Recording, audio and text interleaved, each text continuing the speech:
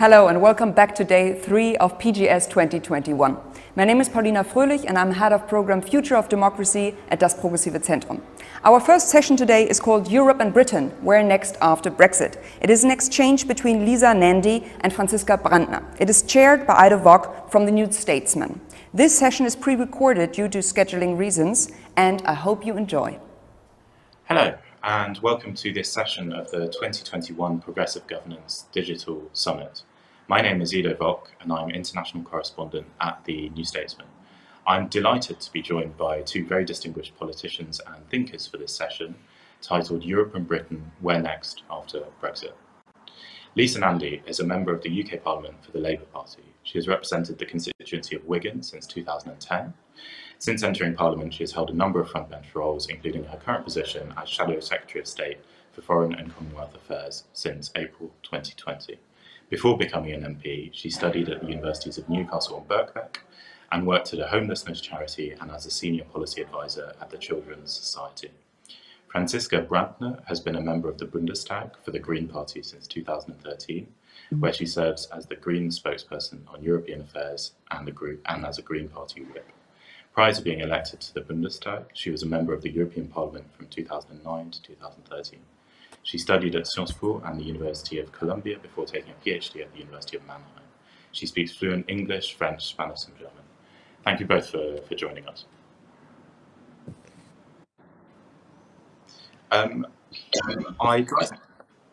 I'd like to start by asking both of you about the biggest agenda in international affairs this week, which is obviously the G7. The G7 agenda this weekend is scheduled to cover the economic recovery from COVID-19, the green transition and championing shared values.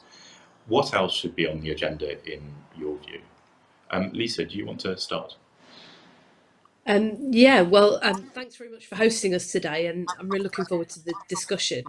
It comes at exactly the right moment, as you said, as G7 leaders are arriving in Carbis Bay for what I think is the most important G7 summit in a generation. It's not just that we're in the middle of a global pandemic and that we're 6 months away from COP26, where we've got a chance to set the world on a path to net zero and absolutely have to deliver that, or the environmental and economic fallout will be immense. It's also that we're coming into this in the context of having seen the rise in populism, scapegoating of migrants, democracies under attack from authoritarian governments. And something that's very close to my heart, democracy is very much under attack as well, because of the weakening, the loosening of consent for what we do at global level in those democracies themselves. We saw that very much in the United States during the Trump era, but we've also seen that here in Britain as well, with the vote to leave the European Union, a feeling that was driven in no small part by people feeling that governments at both global and domestic level just weren't delivering on the reality of people's lives.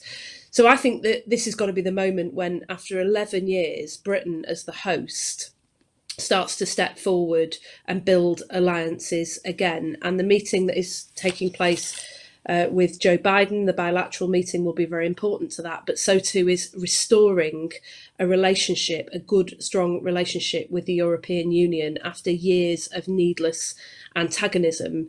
And there are three things that I think Boris Johnson really needs to make a priority at this summit: vaccinating the world by the end of next year. We've got a vague aspiration to do so, but we need a concrete plan. This matters to the world, but it also matters to Britain because, as the IMF has said, this represents the biggest return on investment in modern history. The economic fallout from the failure to vaccinate the world will be enormous. The second thing is to press for a global minimum corporation tax at a rate of 21%, which is originally what Joe Biden had proposed.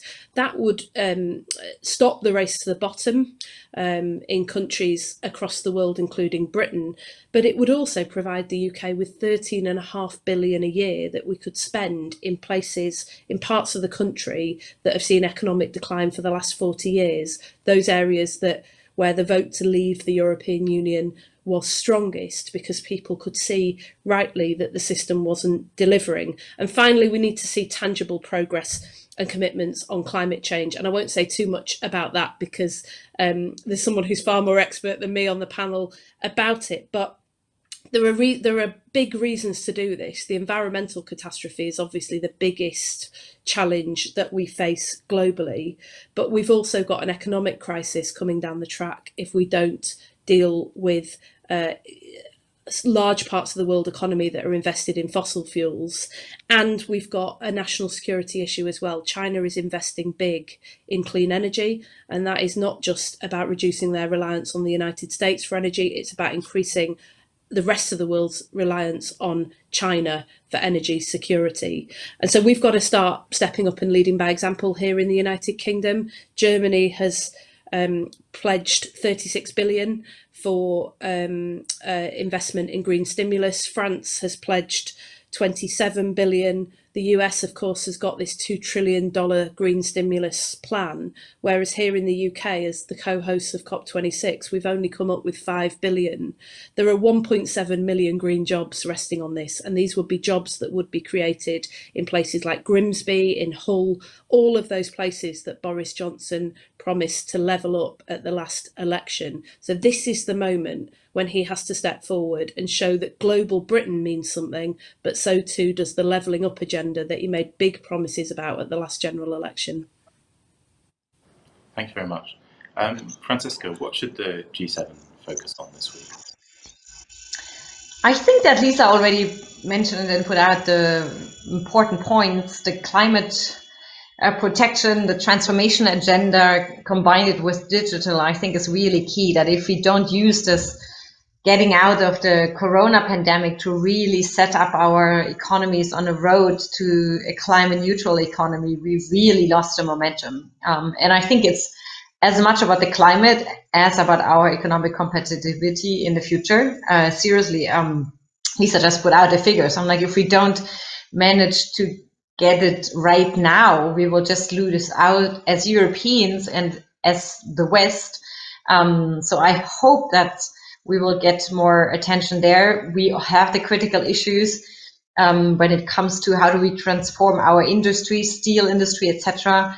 We have the idea of border adjustment mechanisms from the US, from the European side. I hope we will find joint mechanisms.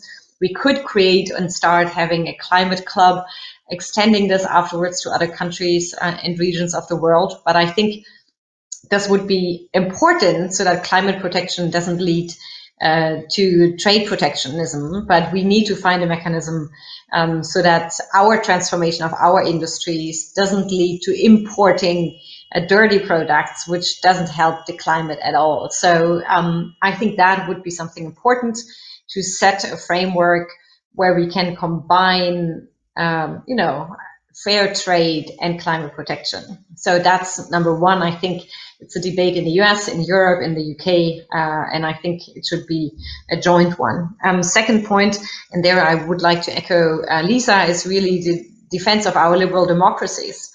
They are under attack from inside and outside. Lisa, you said it correctly. And I think, one debate is really how do we regulate the social platforms we are all using in order to make sure that they do not contribute to a polarized society, which is nothing good for our democracies. And in that sense, I think there should also be joint debate among the G7 actors. We really have a joint interest there. And, I think we have the interference from outside, where we should be very clear together as well. We have upcoming elections in Germany. We have strong signals of interference from outside in the social media realm, which I find very worrying. And I think, this is really something where we should act together and get better to protect our democracies. You mentioned health. I would totally agree. We have to find common ways as G7 to provide vaccines to the entire world. It's in our own interest, but it's also a question of solidarity. And we don't leave this to China, really. I think it would be a big mistake. I think the US President Biden came up with the waivers, which can be part of the answer, but it certainly must be on the table that the US, also the UK, has still export bans on some of the, products leading up to the vaccines. And I wish that there would be a more frank debate about those export restrictions. and that they must really fall, and they are detrimental, and it's high time to lift them. And I can echo what Lisa said on the tax, the 21% instead of the 15. If we want to keep our states really able to provide the services to our citizens they need, education, health, transport infrastructure, etc., digital infrastructure, we need to have the finances to provide the services. And therefore, it is key to have this global setup at a level that is fair. 15%, in our opinion, is too low. We should all fight for the 21. And at least if we have to secure we get to the 15. It's not even, set in stone. And then I have a plea to the UK, of course, I have to say it, that I really wish that the UK would come back to a more, less conflictual approach and cooperation with the EU, that we would get clear signals that the UK keeps treaties it has signed, that it will implement the treaties it has just recently signed up for, and that the UK could accept that the EU as such exists in foreign policy. It would make things just so much more easier. And for me, it seems such an ideological, unacceptable point in these days when you look how the world is shaking and that the challenges are so big, and that the UK and the EU are battling over the question if the EU actually exists and is a foreign policy actor. I think it's not responsible, and that we really need to get over that stage. Thank you. I'd like to riff off that question and ask you, Franziska, what would a green foreign policy for the next German government look like? To those of our viewers who perhaps aren't aware, the Green Party is polling very strongly. They are widely viewed as potentially playing a key role in the next German government, whether as the leading party or as a coalition partner. You're one of the leading figures of foreign policy in the Green Party. How would you change German foreign policy in government? Yeah, it's still a long way till September. So we're working on it, and we're trying to convince as many citizens as possible. But, let's see where we end up in September. But what would we change? We as Greens, we are much more focused as well on human rights, on democracy. We have a very long tradition as Greens as being in contact and very close exchange with democracy activists across the world. At the time of our creation, it was the Soviet Union. Today, it's the republics that have replaced it, Russia, etc. So we have these strong connections to human rights defenders, democracy activists, and we would go for a stronger approach on human rights. There, actually, we wouldn't be too far away from the UK when it comes, for example, to prohibit products from China from forced labor or child labor to enter the EU market. We have these tools. I'm like, why would we allow products to come to our market that have been produced by slave labor or child labor? So there we have a more principled stance also when it comes to Russia. So that would change. And on the other side, we would put a lot of emphasis on the tax justice we just spoke about, on the climate transformation process. So these are priorities we have. And I think we have a very pro-European approach as well. We would define German interests in less in terms of just car industry interests, but really in terms of German and European security and the interests in a more broader way. Thank you. Lisa, many of our viewers will be in Europe, in the European Union, and they'll be wondering what the thinking on among progressives and among the left is on what the UK's long-term relationship with the EU should look like. So, for instance, in government, would Labour seek to renegotiate the Brexit deal that the UK left on? What should be the kind of long-term objective for the UK's relationship with the EU? I just started to get sort of some kind of flashbacks to the debates of the last few years, and I think the idea that we would start a renegotiation as a first priority in government is just the worst no offence, but the worst idea that I've ever heard. We're 5 years on from the vote to leave the EU. It's torn the country apart. It's broken our relationships with our closest neighbours. I think the priority for the next Labour government has got to be to repair those relationships, as Francisca said, to end the needlessly antagonistic relationship that we've had, and start to show again that we can work constructively together with our closest friends, neighbours and allies. You know, from the Labour point of view, we've left the European Union and that question is now settled. That's not to bind future generations, but that question is settled. It was settled not just in the referendum, but it was settled quite decisively in the 2019 general election here in the United Kingdom. And the question now is, what do we do to build better for the future? And that means ending the needlessly antagonistic relationship, recognising that a close relationship and constructive relationship with the EU itself is mutually enhancing and beneficial to close and good bilateral relationships with EU countries. The government currently seems to believe that they can have this endless war of words with the EU. You know, the very petty decision, for example, to deny the EU ambassador his credentials here in London, and yet still have good, strong relationships with our counterparts in Germany, France, Ireland. This is just a nonsense, and we've got to start repairing that relationship with the EU itself. And then we've got to seek new points of depth and connection. Francisca mentioned the foreign policy. The decision of the UK government to take foreign policy off the table in the negotiations seems to me have been a huge own goal. If you cast your mind back to a few years ago when we had a chemical weapons attack in the streets of the UK in Salisbury at the hands of the Putin regime, where did Theresa May go for support when she took the decision, rightly in my view, to expel 30 Russian diplomats? She went to our friends and neighbours in the European Union, and that support was willingly given. It was forthcoming.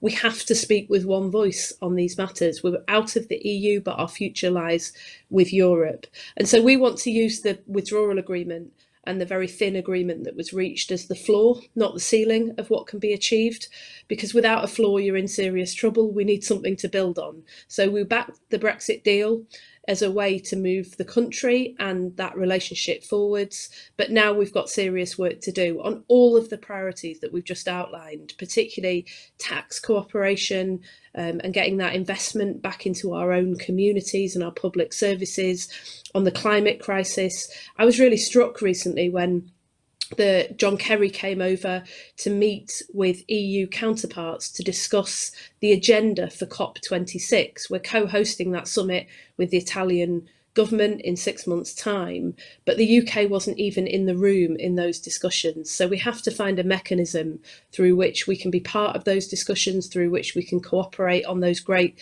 shared challenges that we face. And it starts with Northern Ireland. It starts with ending this situation that the Prime Minister personally has got us into by making promises that he knew full well could not be kept, and then threatening to break up international agreements and refusing to show the goodwill and the creativity in order to resolve what is a very, very big problem for the people of Northern Ireland, for the future of the United Kingdom, and particularly for our friends over in Ireland who are bearing the brunt of much of this. That has got to be resolved, and we need to hear something from the meeting with Joe Biden and Boris Johnson that sets us off on the right foot, because unless we resolve that, it seems to me that a better relationship is just not possible, and that would be absolutely desperate for the UK's long-term interests. You've written before, or argued before, that British foreign policy has been crafted by successive governments in a way that does not work for ordinary people in your constituency and beyond. How would you change foreign policy to, in your words, make it work better and in the interests of people in Wigan and also other places in the UK? Well, let me give you a really good example of this. That on Friday, the UK was the one country that was holding out against an agreement around a UK minimum global corporation tax. money that could have been invested back into our communities, helping to make good on promises that have been made domestically, helping to transform the life chances of people in those communities, those towns and villages outside of our big cities that have seen good jobs departing, and with them the young people, the spending power. You see high streets falling apart as a consequence, bus networks cancelled, all things that really affect deeply the future and fabric of people's lives, breaking families apart, with older people now growing old hundreds of miles away from children and grandchildren, wondering what the future of their families and their communities are. And yet we got this agreement finally under pressure from the Americans and with support from the EU on Friday, and within 48 hours the Chancellor is trying to unpick that agreement in order to get an opt-out for the City of London. Now, this just says to me that what you've essentially got is a government that is on the side of those who sit in closed rooms negotiating foreign policy that benefits the wealthy and the powerful all over the world, rather than the people that he was elected to represent. And wherever I go around this country, I see that writ large, whether it's in the collapse of my local football club that was given away for a gambling debt by financiers on the other side of the world, and all of those global systems that are supposed to protect us just didn't do their job. They put fans and the community last rather than first. Or in the frequent floods that affect businesses and families all over this country, and yet we can't reach an agreement to get us to climate safety. We've seen a rise in fraud cases. These are big organised crime gangs that are targeting older people, not just here in the UK, but in Germany and France, in the US, all over the world. These are our people who are desperately, desperately struggling with our inability to make foreign policy work for ordinary people. And we talked about the rise of China. You know, the government thinks that to solve the problems of people in places like Stockton and Hartlepool, they have to hand out small high street grants from central London, and somehow or other they've done their job. But actually, our relationship with China is far more relevant to the future of people's lives in Stockton and Hartlepool than any pork barrel high street grant that the government can come up with in Westminster. The relationship with the Chinese trade model that produces goods very cheaply that many Chinese workers can't afford to consume and floods the global market, pushing down prices, wages, living standards, and offshoring jobs here in the UK, has had desperate consequences for many people around this country, and also for people in countries like the United States. And in Germany, where I visited Cottbus a few years ago, a town just outside of Berlin that could have been Wigan, my own constituency, where the story was very, very similar about industry departing and about young people leaving, and about people, older people particularly, who felt very, very angry about that, and the far right trying to make hay with that because nobody else was speaking for them. And it just feels to me that this is the moment where we've had a near-death experience in the United States with the election of Donald Trump, where we've absolutely got to wake up and say we're going to these big seismic global upheavals are a direct consequence of our inability to make foreign policy and domestic policy in many cases work for people across the world, and we've got to start now. Thank you. I'd like to move on to domestic affairs in both Germany and the UK. Francisco, you and Lisa both come from what can broadly be defined as kind of the progressive broad left, but from very different ideological traditions. You're a member of the Green Party, and the Green Party at the moment is ascendant, even while the SDP, the traditional centre-left party, is doing pretty badly, has done pretty badly in a few successive elections. What do you think the lessons of the Green Surge in Germany are for progressives in Europe and in the UK? Yeah, thank you for the question. Just allow me to, if I may, on what Lisa said about, making foreign policy, trade policy work for normal people. I think for me, it goes a step even further. We really have to review the role of the state in international relations, and that its role of, the slogan for many years was der schlanke Staat in German, the very slim state and getting out of business, etc. And I think that this really has to be reviewed, and we have to make sure that we change that, and we give the state, we don't want to make it big, but we want to make it effective, and effective in terms of protecting our citizens and delivering the services we need.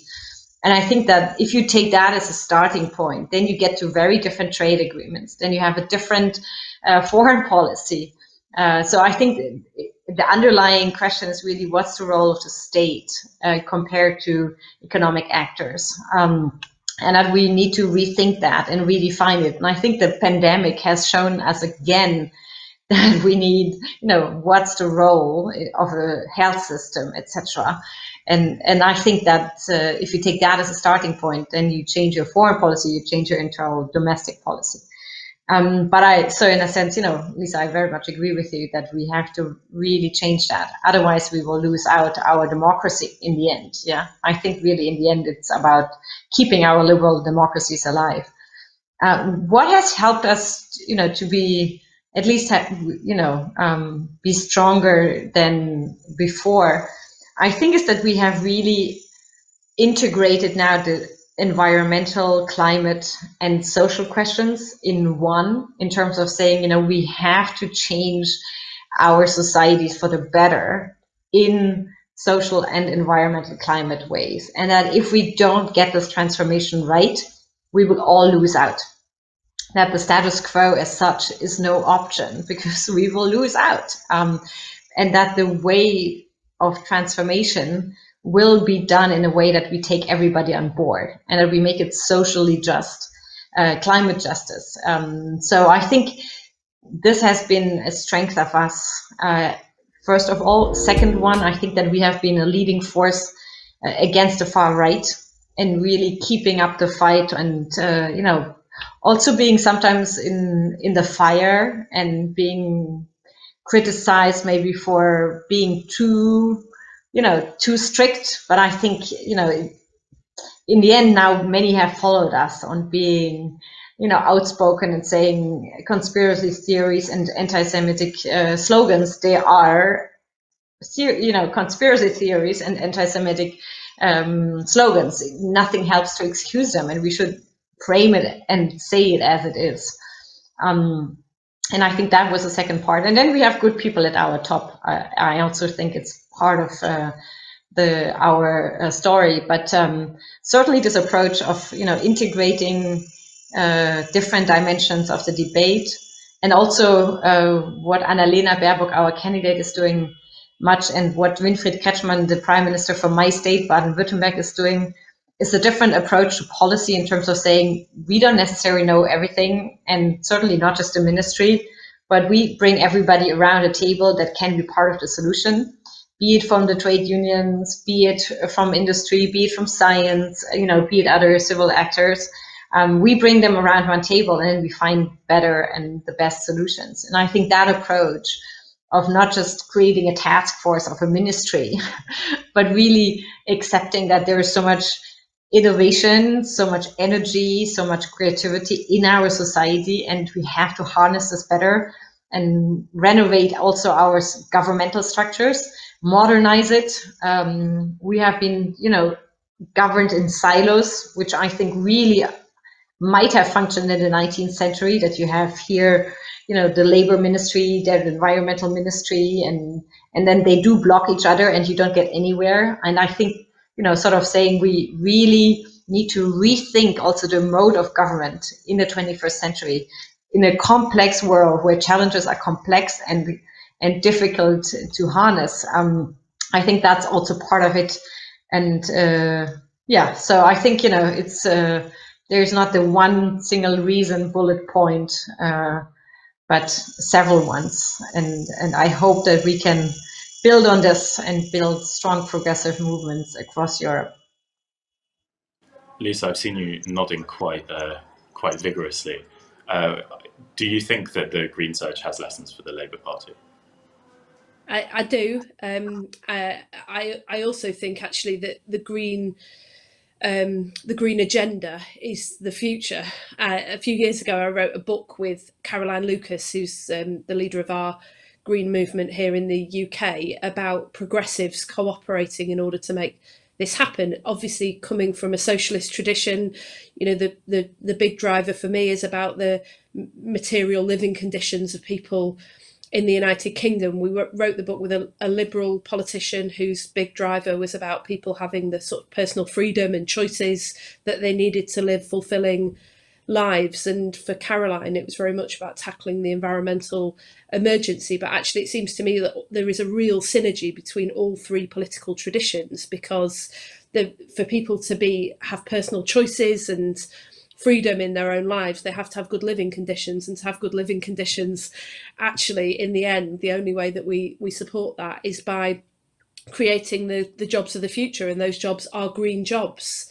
And it's exciting to hear about the bringing together of the economic agenda and the climate agenda to deliver social justice for people. Because when I look across the UK, that is where it's working. That is exactly what I see happening. In Grimsby, for example, where I went a year ago during Labour's leadership contest, I went to see the fishing industry, which is still there, still thriving, but doing very different work. They prepare and export a lot of fish products now in a way that they didn't in the past, but it's still a very good industry. But down the road, you could really see the future calling. Wind farms all over, just offshore wind farms all over the coast, with good skilled jobs, apprenticeships for young people, you know, jobs that provide spending power in the community. So you could really feel a sense of ambition from this community that things were on the up. And the government's own climate advisors say that because of the wind industry in Grimsby,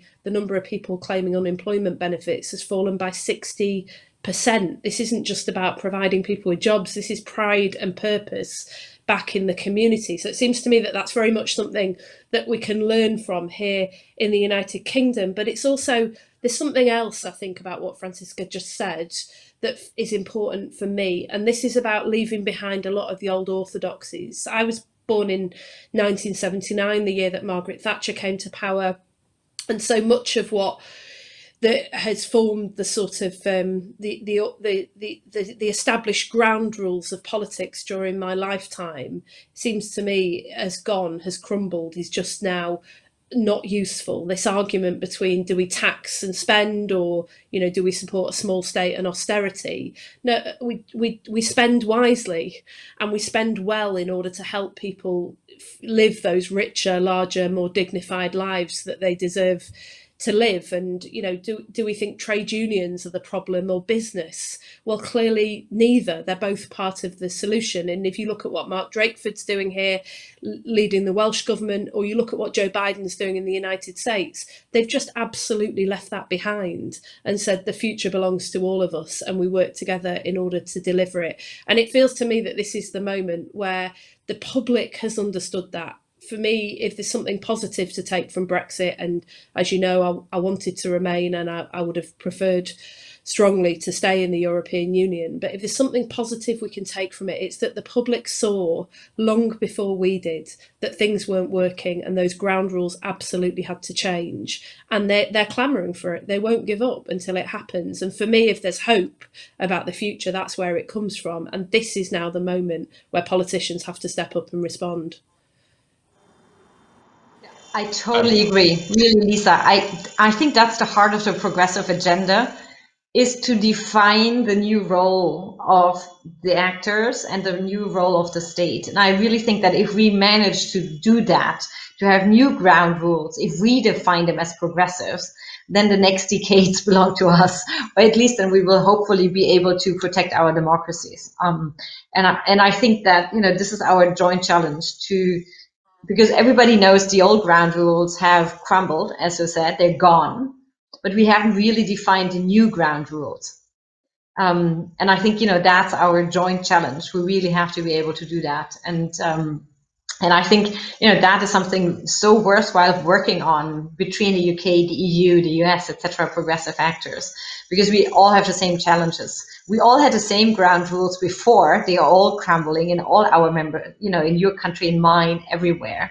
And it's, you know, if we come up with new ones together, I think that, you know, it would be the best we can do. And I agree that there are, you know, the end, not to go into either or any longer, as you say, trade unions or business, environment or, business, etc., but to really get the end right. And I think it's the true same for foreign policy. If they want to make us believe there's either human rights with China or climate protection with China. And I'm like, no, these are the old ground rules. I'm not ready and no longer ready to accept them. We know that the challenge of our generation, Lisa, is to make the end possible. And that's our challenge of our generation, to get out of this or, and to may say no, yes, end. But it's not easy, and we will, probably make mistakes, hopefully do something right. But I very much agree that's the challenge of our generation. We're one generation of a progressive movement. One of the things that's really interesting to me about that is that here in the UK, particularly when I think about China, which is the rise of China is one of the most complex challenges that we face. As you sort of suggested, that there's no global challenge that can be solved without engagement with the Chinese government, and yet the human rights situation, the situation in Hong Kong and Xinjiang is appalling and simply can't stand. And how do you do both at once? And it seems to me that here in the UK there is actually a sort of new centre ground forming around that includes progressives, but it also includes people from other political traditions as well. I'm thinking about sort of One Nation conservatives, people like William Hague and Tom Tugendhat.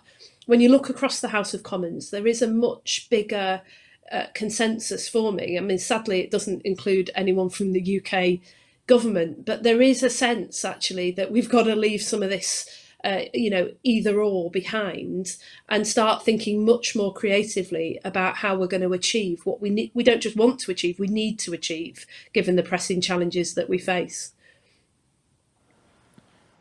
We're running out of time, but I'd just like to ask both of you for the final question.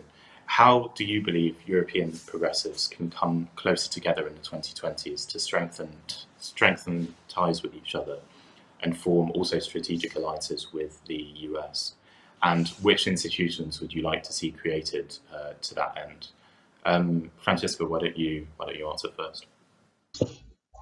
I'm going to be very happy when I can travel again to make these connections because, sometimes over beer, it's just better than just over Zoom.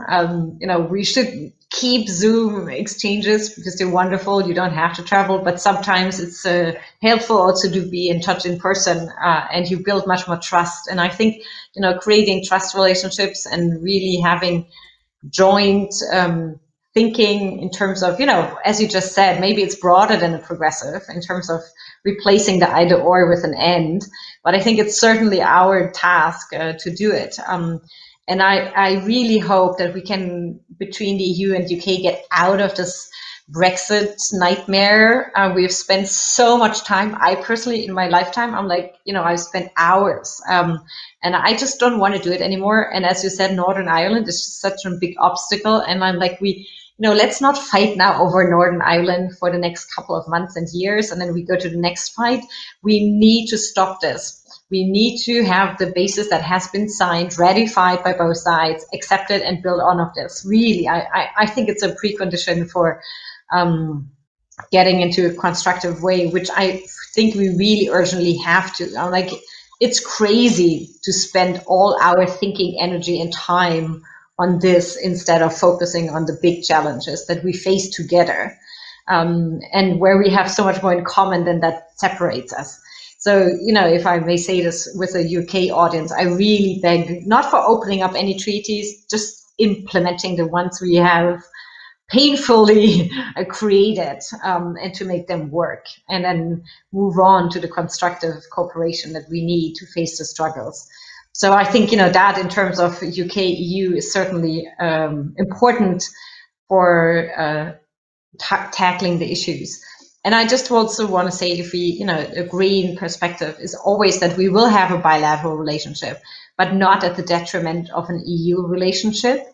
I think it's just important for everybody to know we will not have an UK relationship that will risk the EU's unity. And I think it's so important to understand this, because there's so many who always say, but then the Germans, they will have a good relationship with us and they don't really care. We are more important to them. And I can't say it loud enough. No, we will not destroy the EU for the UK.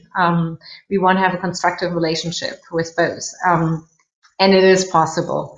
And I hope that the progressives can be a force for that, leaving old battles behind and going ahead. I really hope that we can really, really do that step.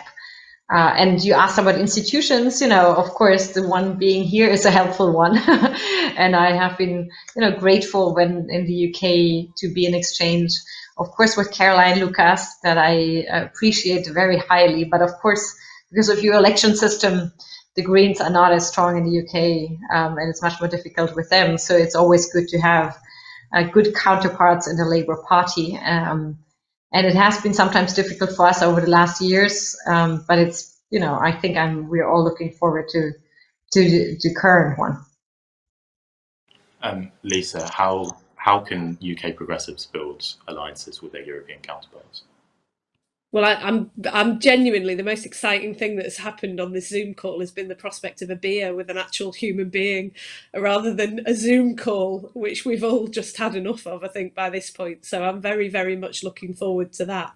And I think just a few things that I would say about how we move forwards together. The first is that in the Labour Party, we understand and completely accept that the European identity is very, very important to our friends and allies across the EU.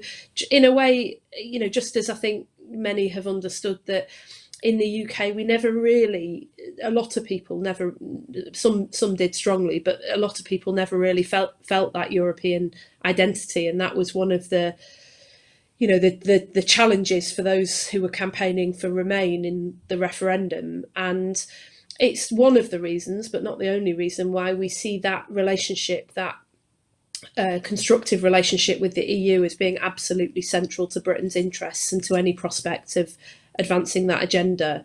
And so we want to seek new points of depth and connection with our EU partners together.